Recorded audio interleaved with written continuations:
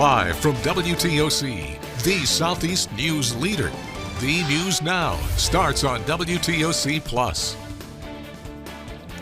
Happy Wednesday. Thanks for joining us here for the news on WTOC Plus. I'm digital anchor Jude Binkley, joined with meteorologist Andrew Gordon.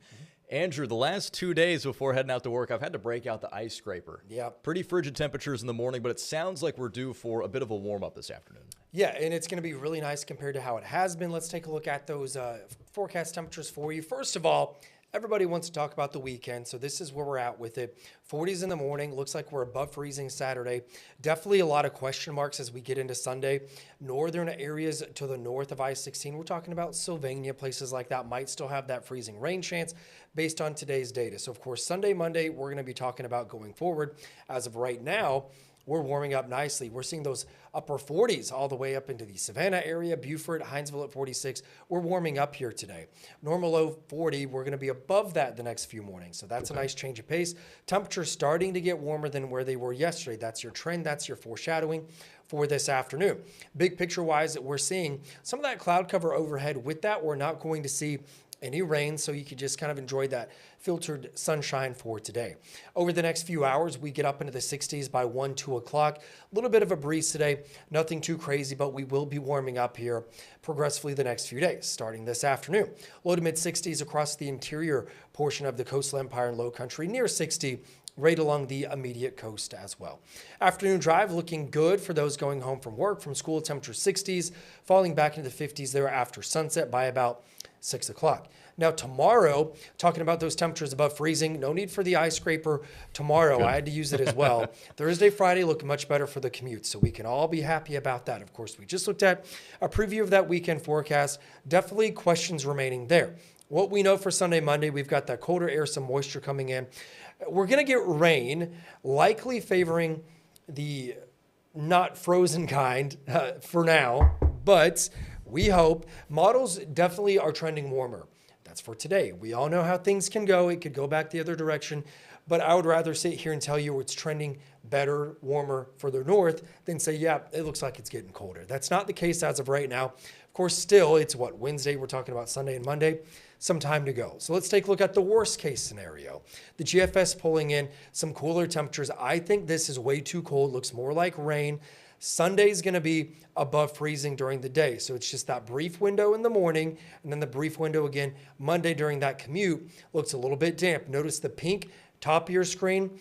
Not in our area. So areas to our north could have more of a threat for that freezing rain. For us, improving conditions for Monday. Does it stay that way? Let's hope so. We got to wait and see. So in your 7-day forecast, we're just going to keep the first alerts there. We at least have the moisture around, but you can see that the forecast temperatures are above freezing for Savannah. 37 Sunday, 34 Monday. Trending warmer, I would say, for Sunday as well, but we're going to wait for that data to come in. Within the next 1 to 2 hours, we'll have the next European model. What I can also tell you is that it gets very cold next week. Tuesday, 20s, very chilly, wind chill feeling like the teens for inland areas, about 24 Savannah Tuesday morning. So your high temperatures next week below your average in the lower 60s. So today, tomorrow, Friday, that's great. Enjoy it. Soak it up. Because next week we are reminded that it is still January going into, at this point, about to be going into February. Yeah, and one thing we should also note, rain, not the frozen kind, but rain falling, temperatures dropping, especially overnight, potential for ice on the roads, potentially. Yeah, there's a small window for that on Monday. Okay. But if temperatures are trending warmer, we might be able to kind of relax the verbiage on that a little bit. Sweet. So right now, we're not calling there for major travel concerns based on today, your Wednesday forecast at, what is it, 10:06? 10:06. So we'll see. These models change. Kind of peeling back the curtain a little bit, there's a low forming that's going to bring widespread freezing rain, ice, all the way Texas, Oklahoma, Arkansas. It's going to be coming our way. So the good news as we get closer to this system, once that low forms, we can see where it's at and then tell you within greater confidence what we then can expect. Without it having formed yet, we're kind of saying, this is where we think it's going to form. Here's what we think happens beyond that. Just like with tropical systems, until you have that center of circulation that your forecast is kind of wrapped around, you're doing your best guess, right? Yeah. So models are going to flip-flop probably until that forms. As we get more so, I'd say Friday. I know that not you want to hear, but once we get into Friday, much better idea. Gotcha. Even like the, you mentioned Texas and kind of some places out west. I've heard even regionally, like my parents live in Charlotte. I've heard upstate South Carolina, North Carolina might get it pretty rough this weekend as well. I would say so. Greenville, South Carolina, those areas, Atlanta, northeast, kind of going up through that portion of the Carolinas. Today wouldn't be the good day to look at the forecast for them. So what's good for one person, it usually means it's not as good for another. All right. Well, something we'll continue to monitor. Andrew, thanks for joining us this morning. And we are going to continue with our top stories here on WTOC Plus because McIntosh County voters made their voices heard on Sapelo Island. They voted overwhelmingly to repeal changes on the county's zoning ordinance that would have allowed the size of homes there to just about double. With all the precincts reporting, 1,584 people voted to repeal the ordinance, with 285 voting no. You can see that split in the voting right there. The McIntosh County Board of Elections says turnout was about 19%. It's the culmination of years of work by activists after the County Board of Commissioners changed the zoning rules back in 2023. Now, the Gullah Geechee community in Hog Hammock said the zoning changes could have raised property taxes and costs and forced longtime residents out. Residents gathered enough signatures to trigger yesterday's countywide referendum and succeeded in a legal challenge by the county that reached the Georgia Supreme Court. There's just no other option. Unfortunately, you're right. You shouldn't have to be. That is right. I am right. And especially when it comes to the senior citizens. Heated moments as residents in Long County say they are tired of tax increases. Yesterday was the third and final public hearing concerning a 20% property tax increase. Long County leaders say there's a $1 million gap in the current budget and county departments can't currently make payroll. New County Manager Shane Richardson shared those numbers during a tax public hearing and commission meeting. He says the county needs the 20% tax increase to remain operational. Tax bills should go out February 4th, and the county should generate $3.5 million in revenue. But the county manager is also proposing cuts to positions in departments like animal control, roads, and recreation. Both department heads and taxpayers pushed back on those ideas. I hate to see any fees or any more taxes just like the next person. It's a sad situation. I'm not going to lay blame on anybody, but I want y'all to know that as far as the departments I'm dealing with, we're doing everything we can to save money. I'm asking you please reconsider this. We can come up with better options than taking this staff away because it will hurt the only service that we provide for our youth. It will hurt our programs tremendously. What are you going to do for the retirees, the senior citizens? Hear about what you're doing right now. What are you going to do about the senior citizens? During the meeting, the commission did vote to approve an intergovernmental agreement with the Long County Department Authority to handle the debt properly, to meet payroll for the next 30 days. The county also has debt referendums due on February 13th and 28th.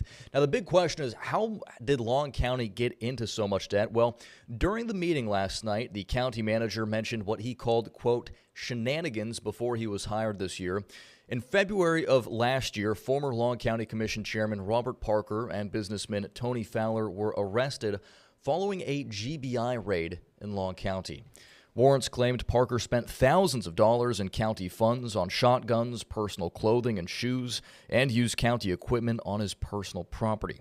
Now, during yesterday's meeting, the new county manager suggested more oversight on county spending. He also suggested cutting back on overtime, limiting new purchases, and canceling all county credit cards, leaving just one per department. Well, this is developing now out of the Low Country. People in Yemassee are combing through security footage to try and find who vandalized a popular mural in town. It honored the United States Marine Corps that used to stop in Yemassee on their way to Parris Island for basic training. Someone painted over the beloved mural with several coats of paint over the weekend. People in town say they have a pretty good idea of who the suspect is. However, no one has been charged yet in the case. One former town councilman says the mural meant so much to so many people, and he can't believe someone would do this. For anyone to have a problem with a mural honoring our service members, specifically the Marine Corps, is despicable, and just there needs to be consequences for it. Murray adds that he's already been in touch with someone to try and get a banner of the mural put up so a new one can be painted. Turning now to state news at the state capitol, a push for stricter gun laws. Advocates are spotlighting a bill to let renters get out of their leases early without penalty if they experience or live in fear of gun violence. We do this because we know that the foundational laws that we fight for, universal background checks, secure storage laws, red flag laws, and funding for violence prevention initiatives in education, we know that these laws work. Senate Democrats introduced the bill, but there's no word yet on when it could go up for a vote. And in national news, the Supreme Court is now deciding a case that could shape certain gun rights. Justices heard arguments yesterday challenging a Hawaiian law banning people from carrying guns onto private property. That's unless the owner gives verbal or written permission. The challengers allege the law defies a 2022 High Court ruling. 4 other states have similar regulations. Well, in Chatham County, there are some big safety upgrades coming to the New Hampstead area. The city of Savannah cut the ribbon on the newest West Modular Public Safety Building. The facility adds more fire and police stations to parts of the county. Part of the funding comes from sales tax revenue through a SPLOST. Officials say they want the community to know they can safely get services in under 4 minutes. As our friends in fire will agree, the most important this facility provides us with is time. Because of this facility, response times will be faster in this community. Faster response times equals lives saved. That is something you can't put a price on. Well, this morning in education news, there's a new way for families to pay for private schools. They can use it for tuition, school supplies, transportation, homeschooling costs, and more. People can make donations of up to $1,700, and the IRS will reimburse them at that tax rate. This comes as Georgia opts into a new federal tax partnership with the IRS. The scholarships will be available for people making 300% below their area's median income level. A Georgia scholarship board that already exists will be in charge of distributing them to applicants. Now, the governor says this is a simple, inexpensive way to give parents more options for their kids' schooling. However, opponents say, why not put more effort into funding public schools instead of giving students options to leave them? Anything that takes money out of our public schools or anything that's not adding more money into our public schools fundamentally is not helpful. And just as we trust Georgians know best how to spend their tax dollars, we also trust families to make the best decisions for their child's education. The state does already have the Promise Scholarship, which was passed in 2024. It provides up to $6,500 to families for private school scholarships. Back here on the coast, SCAD has temporarily closed Savannah's historic Lucas Theater for the arts and the adjacent cafe after bats were discovered in the theater's rafters. In a statement, SCAD says it hired a licensed wildlife management company to humanely remove the bats. While they haven't caused any harm, SCAD has taken steps to ensure the safety of guests and staff. The bats should be removed as early as next week. Well, few animals capture the world's imagination quite like penguins. Now, scientists are warning that climate change is causing the iconic birds to speed up their breeding schedule, a shift that could threaten the species' survival. In Antarctica, CBS's Tina Kraus has the story. As the coldest place on Earth warms, Antarctica's penguins are racing to keep up. Climate scientists say the birds are now breeding about 2 weeks earlier than a decade before. They are moving their breeding time at record speeds, like faster than any other vertebrate. A 10-year study used remote control cameras to capture chinstrap, adelie, and gentoo birds in dozens of colonies. These cameras tell us things like when the first penguin adults turn up to breed, when the chicks hatch, They also tell us of the temperature, where those cameras are positioned.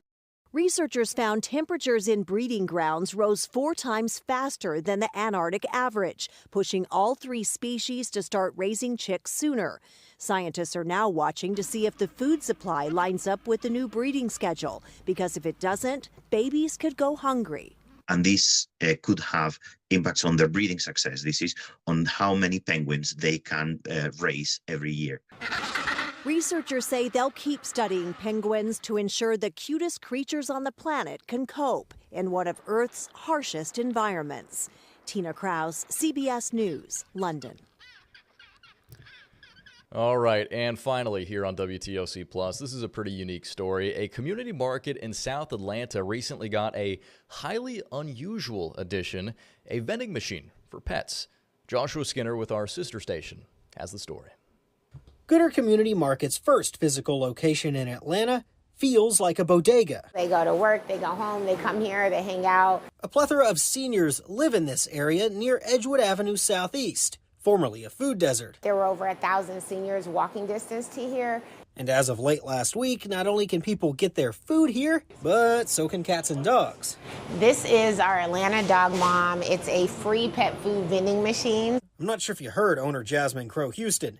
It's free. For a lot of our seniors, their pets are like their best friends. Here's how Atlanta Dog Mom works. You scan the QR code and tap to open. You can then take a certain amount of cat or dog food. So why do this? Like most money questions, it boils down to money. The economy and the rising cost of food, a lot of people losing their jobs over the last couple of years. And that gets to the core of Gooder, which originally provided free food in schools when founded a decade ago. They just do it for pets now, too. Correct.